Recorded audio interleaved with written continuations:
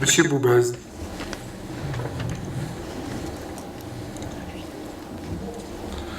Monsieur le maire, mon intervention fera courte au vu des éléments déjà apportés.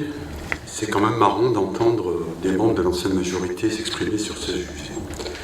J'aurai 2 questions et 2 propositions à vous suggérer. Mais tout d'abord, je voulais simplement dire, et avant de commencer, je voudrais saluer les rapporteurs de cette audite, saluer leur courage au vu des tensions latentes au fur et à mesure de leur mission. Ces limites, si parfois, au vu de leurs écrits, s'ils ne devaient pas se déplacer avec un casque de sécurité, voire des combinaisons de CRS pour une simple mission d'audit. Cela dit, monsieur le maire, je voudrais revenir sur quelques chiffres qui me paraissent importants. Tout d'abord, la mairie de Montpellier dispose plus de 290 locaux. Ils sont mis à disposition à plus de 390 associations et non pas 313, c'est marqué sur le rapport. Tout cela nous coûte 318.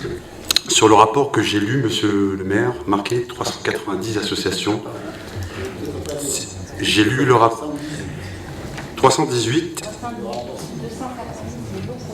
Non, 290 locaux et 390 associations. C'est marqué sur le rapport d'audit que j'ai lu hier.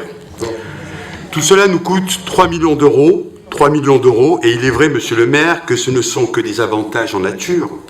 Ensuite, cet audit commandé par vous a été mené sur un échantillon de 43 associations qui occupent 24 locaux de la ville. Bon. Alors un peu de maths si vous voulez bien, monsieur le maire, et comme vous, c'est la rentrée, on ne va pas s'y en priver. Le cabinet a fait un état des lieux sur moins de 10% de notre patrimoine, une vérification des structures associatives occupant les lieux sur un peu plus de 10%. Ces fameux 10%, c'est dans l'air, c'est dans l'actualité.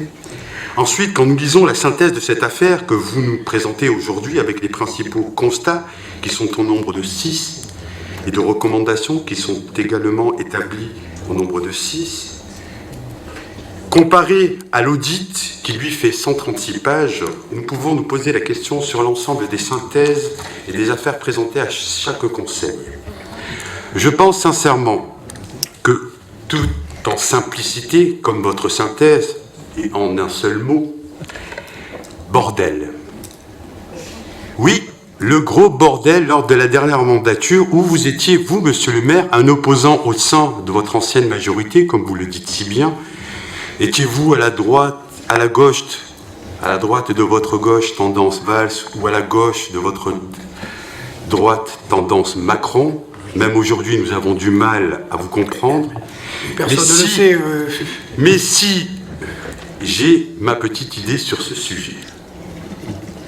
Ensuite, pour continuer, si je reviens, je voudrais revenir sur le mot bordel. Quand je dis bordel, monsieur le maire, je ne l'emploie pas dans son sens humble et respectable, mais plutôt dans le sens où ces locaux, nos locaux, à nous, Montpelliérains, les contribuables, sont devenus des lieux où règne le désordre, voire le grand bazar, un terme qui me semble juste, et je comprends mieux l'intitulé de notre 13e édition, le Grand Bazar, qui se déroule le 2 et 3 octobre 2015.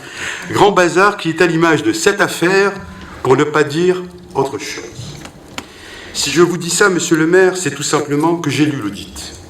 Et croyez-moi, monsieur le maire, le lire, c'est une chose, mais voir l'ensemble des photos fournies par l'audit permet, et comme le dit si bien le rapporteur, permet de prendre la dimension de cette affaire. Locaux insalubres, changement de serrure, appropriation du bien public, voire squat, bars et restaurants associatifs qui sont censés être à but non lucratif, plus tapage nocturne, associations culturelles ou cultuelles. Et arrêtez, je voulais être positif, arrêtez. Ou on ne sait plus, associations fantômes, du moins les dirigeants, associations non conformes à leur objet de leur statut, associations qui confondent jeux de cartes et jeux d'argent, et des décisions prises en amont sans passer par la CALA. J'en passe et des meilleurs. En résumé, 74% de ces associations sur un échantillon de 43 associations sur 390 mènent un détournement de destination depuis de nombreuses années, où l'on voit aujourd'hui que le clientélisme n'est plus implicite, mais explicite. Et comme le dit si bien M. Vignal, c'est bien à la tête du client. Alors, Monsieur le maire, il y a urgence. Il y a urgence de prendre en considération l'ensemble des recommandations, voire des préconisations du rapport d'audit, et non pas ces 6 malheureux points que vous avez choisis ou que l'on vous a choisis. Faites attention, Monsieur le maire, au dossier synthétisé, voire pipé. Vous êtes responsable. Vous êtes le maire de la 8e ville de France, ne l'oubliez pas. Pour ce qui est des questions et des propositions, voici 2 propositions, Monsieur le maire. Première proposition consiste à une création d'une convention unique, comme le propose le rapport d'audit, mais aussi d'y ajouter une clause particulière, comme l'on sait si bien faire avec les baux amphithéotiques. Deuxième proposition, qui serait plus une remarque, ne faudrait-il pas mieux prévoir des critères définitifs en amont pour davantage de transparence pour la mise en place de cette convention unique? Pour la première question, d'où ma première question, Monsieur le maire, quelle sera la place de l'opposition lors de la mise en place de la future CALA, Commission d'attribution des locaux associatifs?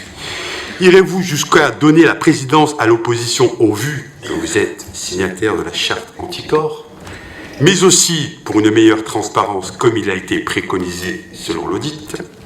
Deuxième question, Monsieur le maire, pourquoi l'audit n'a pas été effectué sur l'ensemble de nos locaux et des associations qui l'occupent?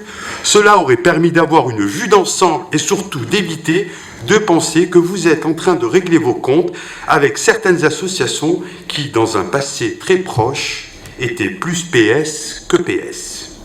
Pour en terminer, Monsieur le maire, et j'espère que vous répondrez à nos questions, je tiens à saluer chaleureusement les 26% des associations qui jouent le jeu, qui respectent les conventions, nos institutions et qui participent de près ou de loin à l'épanouissement de notre territoire. Et je tiens aussi à rappeler à certains élus ici présents, que j'appellerai élus low cost, qui va de l'UMP au PS, que nos nombreux votes d'abstention sur ce même sujet lors des derniers conseils ont été largement critiqués. Mais aujourd'hui, elle s'explique grâce à ce rapport d'audit. L'histoire nous donne encore raison. Je vous remercie, Monsieur le maire, de m'avoir écouté jusqu'au bout. Merci, Monsieur Boubaz.